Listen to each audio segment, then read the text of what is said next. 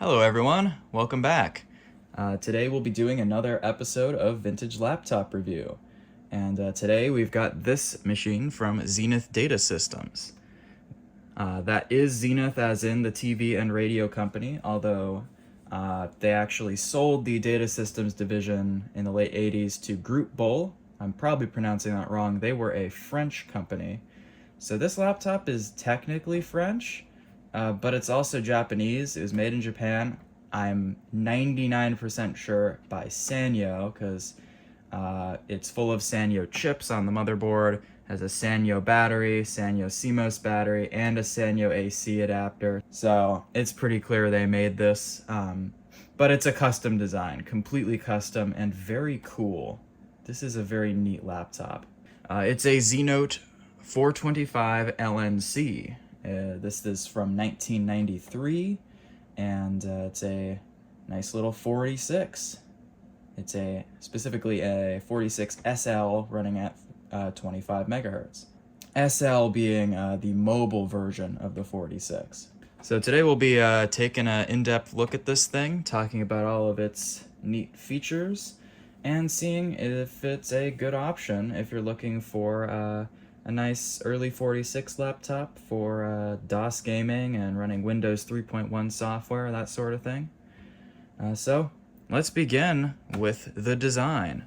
And can I just say, I love this design. Zenith Data Systems made some really neat looking laptops, and this is probably my favorite that they did.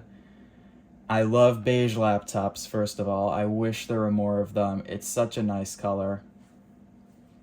But Zenith had this really cool, like, indented square styling, which they used on the lids and elsewhere in their designs. I just think it looks really nice. I also like their little tree logo. It also has the squares on it. The front of this thing is blank, besides more squares along the seam between the base and the screen. The left side just has a little lock tab of some sort. I think this is supposed to come out. And then the main battery. On the rear, we can see this is yellowed a little bit, but not too bad. Here's the bulk of our I/O. We have a VGA output, a dock connector, PS2, keyboard mouse port, parallel, and serial, and then the most hateful, scary-looking proprietary AC adapter port I have ever seen. This is another Sanyo doing, I'm pretty sure, and good lord is that scary, terrifying. That could give you nightmares. Thank God I have the charger. Thank God I have the charger for this. On the left, we have the floppy drive, which thankfully is just a good old direct drive TIAC. Simple, reliable, no belts to deal with. This one's dead, I'm pretty sure. Well, it might just be that the one capacitor on it needs replaced. But because it seems to mostly work, it just won't read. It does the normal seek test on startup. I don't know. It's easy enough to find a replacement for these if I can't get it working. And then here we have the coolest feature of this laptop. So we have a modem, that's very standard. But then behind this door here, check this out. Do you recognize this port? This is an AAUI Ethernet port. Yes, that's right, built-in Ethernet on a laptop from 1993. And yes, AAUI, that's Apple AUI. In these times, there were like at least 3 competing standards for Ethernet. You had your RJ45, coaxial, and then AUI, which was like a similar size connector to like a parallel port or something. But Apple made their own version of it, which is the same, just with a smaller connector called AAUI. And that's what's on this laptop. So yes, AAUI is technically a standard and not proprietary. It was used in more than just Apple things. This, however, is one of like literally 2 laptops I know of that used this connector. The other, of course, being the PowerBook 500 series. The bottom is fairly uneventful. We just have 2 labels here, a little set of holes for the PC speaker, and then our battery. A battery which I'll mention only charges when the system is powered off, which is a little bit annoying. But that was a limitation you did see fairly often back in these very early laptops. So, let's open this thing up. First thing you'll probably notice is holy bezels. Yep, this is a pretty small screen in here. This is an 8.4-inch diagonal TFT color panel. And if you got a laptop with a TFT screen in 1993, there was a solid chance this is what you would be getting because there weren't a whole lot of options yet. IBM had a really nice 10.4-inch panel, but you bet they gate-kept that for their ThinkPads. You wouldn't find a 10.4-inch Active Matrix panel in another laptop. Well, you probably found a couple, I think there were a couple, but it didn't become common until 1995. So the fact that IBM had one of those in 1992, pretty big selling point for them. Most other laptops would get this, an 8.4-inch panel from Sharp. It's the same exact screen that was found in the PowerBook 180C, the Compaq LTE Lights, and basically any laptop with a 8.4-inch TFT screen from 1992 or 93, it's going to be this screen in there. It's a very nice looking screen. We'll power this on in a few minutes. They look great. They have great colors. They don't get too bright, but they're all right. But it is a little small. This, of course, isn't the only model in this series. They also had the Zenith 425LN, which was a passive matrix grayscale display, and the 425LNP, which had a passive matrix color display. And both of those had 9.5-inch panels instead of 8.4. And they later introduced 33 megahertz versions of these.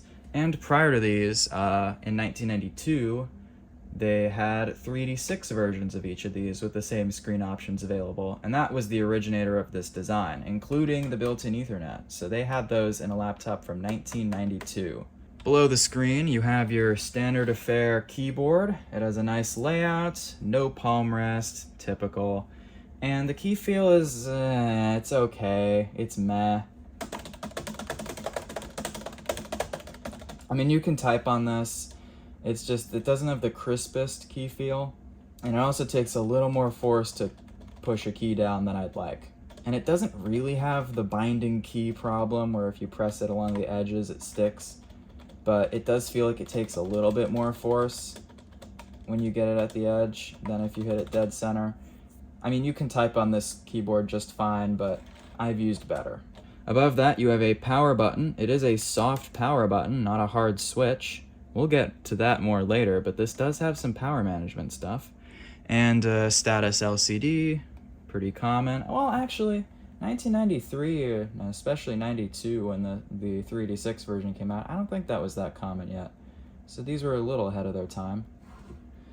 And then right here, this is actually a door. It slides right off. And then you can lift it up, and under here is where you add your proprietary memory modules. 3 slots. This one has a single card from Viking in here. I forget how much RAM this has. Probably 4 or maybe 8 megabytes. And then this cover also comes off. And under here is nothing. I think you just remove that to remove this screw in order to take it apart. Maybe there was a coprocessor socket on the 386 version under there. I don't remember. But yeah, tool-free RAM upgrades. But that's about all we have to look at for the external design. Let's get this powered on. Here's that wonderful proprietary plug. And just in case you thought, oh, it probably only has a couple pins, it wouldn't be too hard if I found the connector to build a new one. Think again. That's the pinout. Have fun building a modern supply that powers one of these. I mean, maybe you could get away with just one main power rail. I don't know. But yeah, what a design. And Zenith was serious about their design language. Even the AC adapter had the recessed squares and looks very nice. You'll see the battery charge light came on orange to indicate it's charging. This battery shockingly holds charge, only about 9 minutes of charge, but it holds charge, which is kind of wild. The NiCad CMOS battery, on the other hand, did not fare nearly as well. It's a very weird flat pack. I'll try to find a photo. I already threw it out. But it was leaking and luckily didn't do any damage. But it's located underneath the floppy drive. All right, let's power this on. This does have a, it takes itself a good 5 to 10 seconds to actually post, to actually like kick itself on. Okay, lights all went out on this, and there it goes. Now because I just had it on a few minutes ago, it's not gonna ask us, it kept the CMOS settings because the main battery is alive.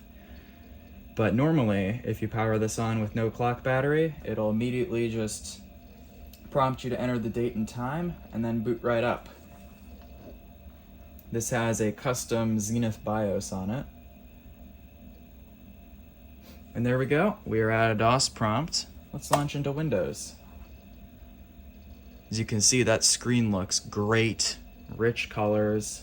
There's something weird about this install. It'll load the desktop background and then sit for like 20 seconds and do nothing and then finish.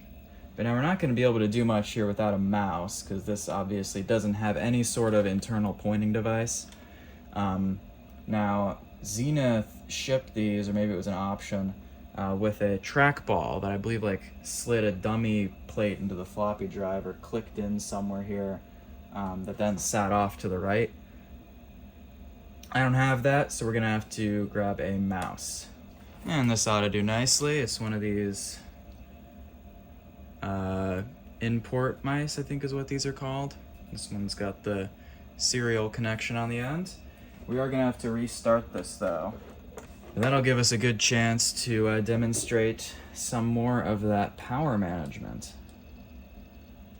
Normally on any laptop from this time, you'd expect to just get it to a point where it's safe to shut off, and then flip a switch and it dies. But not on this laptop. You hit the power button, and then the BIOS picks up and asks you to either press enter to power off, or you can cancel.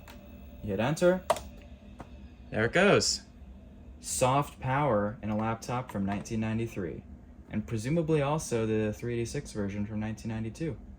All right, so we are in now with the mouse, and here's all the network utilities. I think this is the original install on here. I have no reason to believe it isn't. It's got this, which doesn't work.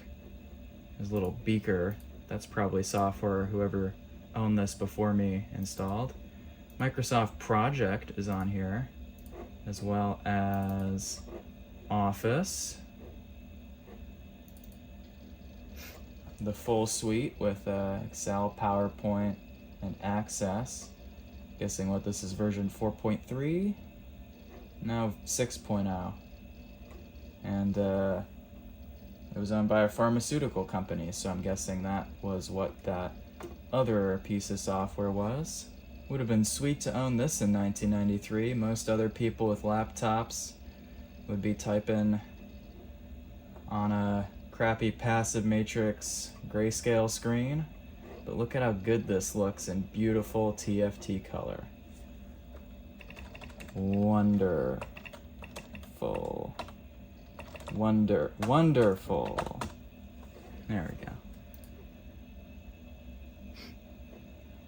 I do notice the gray text is barely visible. That's a screen calibration issue. I'll get more into that later in the video. But yeah, for just clicking around Windows 3.1, I mean, it's a little slow. Some of that might be just this install, or maybe the hard drive is a little slow. But it's a perfectly nice machine, especially if the slight sluggishness of old computers is something that you're specifically looking for, this is a great way to do it in color. Let's do an impromptu benchmark here. How fast can it do the flying windows? Probably not very. Oh yeah, now that's performance. The video chip in this laptop is a Chips and Technologies 65530. That's pretty standard affair for 1993. I'm not sure if it's going to be the CPU, the GPU, or both that's making it run this bad, but yeah, it's not the ideal flying Windows experience. But how about DOS? I mean, especially since this doesn't have an inbuilt pointing device, it's going to be a lot more suitable in DOS games, which usually don't require a mouse. Well, let's see what we have installed. Not a whole lot, but enough to do some tests. Gotta start things off with Planet X3, of course, with that PC speaker sound. Because, of course, like any other laptop from '93, this has not got a sound card. This does not stretch video to 640 by 480, so you do have black borders at the top and bottom. I can't find any sort of hotkey to change that. The PC speaker is reasonably loud. That's an issue I found in a lot of these laptops. They'll have really quiet PC speakers. Not the case here.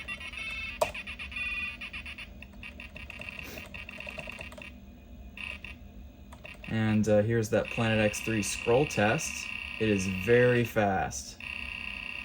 This isn't even a hardware dependent thing because I have had laptops newer and multiple times faster than this that just don't scroll as fast. Maybe it's the keyboard repeat rate, I don't know. But yeah, this thing's good. You could speed run Planet X3 on this. Of course, because it's got a nice 640 by 480 display, Commander Keen is going to run great without any video issues.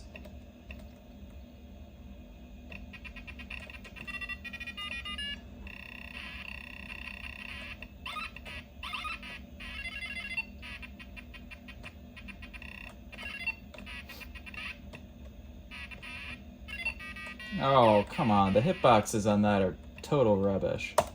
How about something that takes a little more oomph? Can this run Doom? Not enough RAM. Yeah. I do know a 46SL will run Doom, just not very well. I think it's barely playable on a 33 megahertz. 25 I don't think was as good, but because I've run these on my LTE lights, but yeah. Now just because this has a PC speaker, technically doesn't mean we can't enjoy music on it. I've got Amiga mods on here, Space Deliria and Project X, and iPlayer, Inertial Player, I think is what that stands for, has a PC speaker mode. Inertia Player, that was it. It just really sounds like crap. And just straight up doesn't work on half the laptops I try it on. It does on this one, but...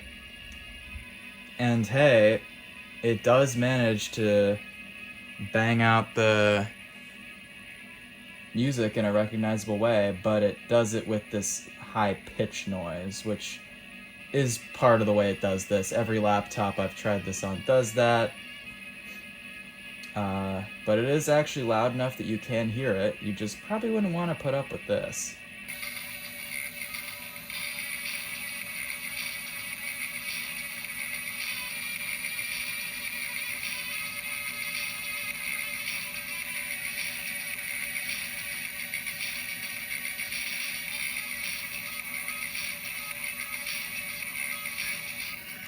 Not the ideal experience.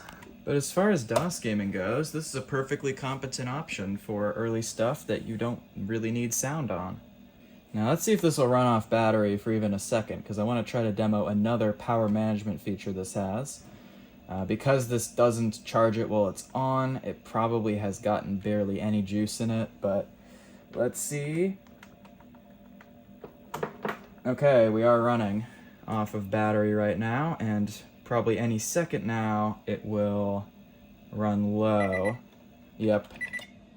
Yeah, it didn't have enough charge to actually pull up the, Oh, it was fighting for its life there. To pull up the screen that it shows, but I'll put a photo up of what it does. It will actually give you a few seconds to put the laptop in sleep.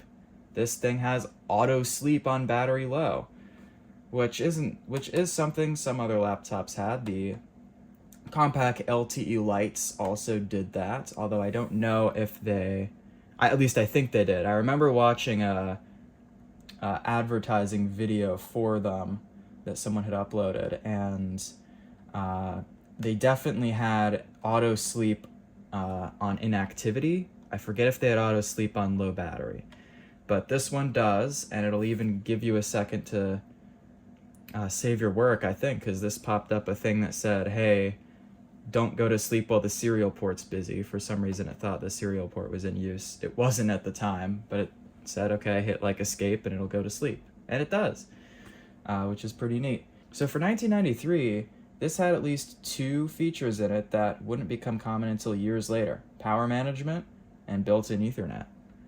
Pretty fancy. Now though, let's talk reliability. Because old laptops are not known for just working without drama, and this is no exception. Alright, so the number one issue that you're going to run into on these laptops that must be addressed are leaky capacitors. It's full of the things. The screen is going to be the first place you want to look at, because these 8.4-inch Sharp LQ9001 screens, I've dealt with so many of these I've memorized the model number, they always have leaky caps, surface mount electrolytics, they smell awful, just your classic bad caps, and they have to be replaced on any of them. I mean, we are getting to the point now where some of these are getting cap damage in the internal ribbon cables and stuff that's causing bad blocks of pixels and all sorts of other trouble. Get them recapped.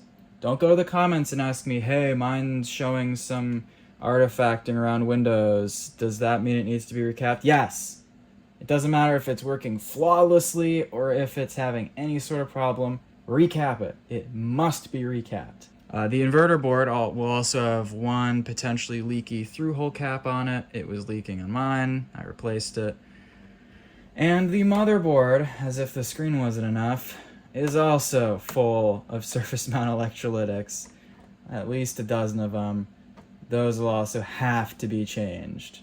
Just 2 things to be aware of. The motherboard also has a handful of through-hole polymer caps. Those are the purple ones. Those don't leak. As long as you're not having any trouble, you don't need to replace them. And then there's one surface mount cap that looks like an electrolytic but appears to be non-polarized. There's no polarity marking on the cap or the silk screening on the board. All the other caps on this board I'm pretty sure had silk screening, so pretty sure it's a non-polar cap. It wasn't leaking, at least visibly, so I left that one alone on this. But I guess you could replace it with a ceramic capacitor. And then, as I mentioned earlier, there's a cap on the floppy drive you also want to change. Besides that, the main functionality problem you're going to have with these are battery leaks. The main battery can of course leak. The CMOS battery will be leaky. But it's not directly over the board, so on most of these they'll probably be okay, but just make sure you get in there and pull it out. So then, what about the plastics? We all know how brittle these old plastics get. Well, not these. These are fine. They're still nice and pliable. You never see these with hinge failures. They're built well. They're great. In fact, the plastics on this one are still so good that it's actually a bit of a problem for me wanting to rebuild this battery, because I've been trying to cut it open, But instead of breaking and splintering open like most of these do, it's just deforming and bending because these plastics are still nice and pliable. So that's fun. So yeah, besides that they can go yellow and that they'll show the tiniest bit of dirt very evidently on them, these plastics are great. And yes, I do have a little crack here. It doesn't flex when I move the hinges, and the hinges don't go here anyway, so I don't think it's from that. But yeah, the hinges on this go through this side, not here. So, I don't know. And the other thing you're gonna want to worry about with these is the AC adapter. I don't know if those need recapped. Mine still works, so I haven't cracked it open or anything. If it dies or starts wafting out rotten fish smell, I guess we'll know. But for now, mine still works. Obviously, the tricky thing with that is going to be if you find one of these that's missing the adapter. Yeah, good luck there. Oh, and of course, these LCDs can get vinegar syndrome too. I've had 2 of these panels develop it, but it's just like any other display. It's old. The adhesive used for this polarizer film breaks down over time. It can happen. It's repairable. It's just a big pain. And if, just for the record, if anyone's wondering, these LCDs use 45-degree film. You can actually tell by what direction the vinegar syndrome, like, scrape-looking lines go. Look, I'll go get one. Remember last year I got this laptop at the VCF swap meet, and I also got a bunch of compact LTE lights, and the Light 25C had vinegar syndrome. Well, it was just starting a year ago. Here's where it's at now, and like I mentioned earlier, these use the same LCDs. And you can see these lines are going 45 degrees. That is the angle of film these use. Easy giveaway. I actually just learned that recently, and that's really cool and good to know. You know, just putting these side by side, these were direct competitors, or at least the 46 versions of the LTE lights were. And I'll have to do a review on these in the future. But these do have the built-in trackball, which is nice.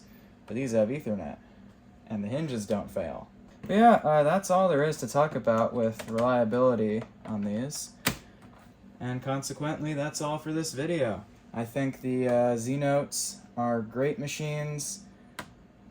As long as you're willing to deal with recapping, they're a good choice if you want an early 46 laptop. But that's all for this video. I will see everyone next time. Have a good one.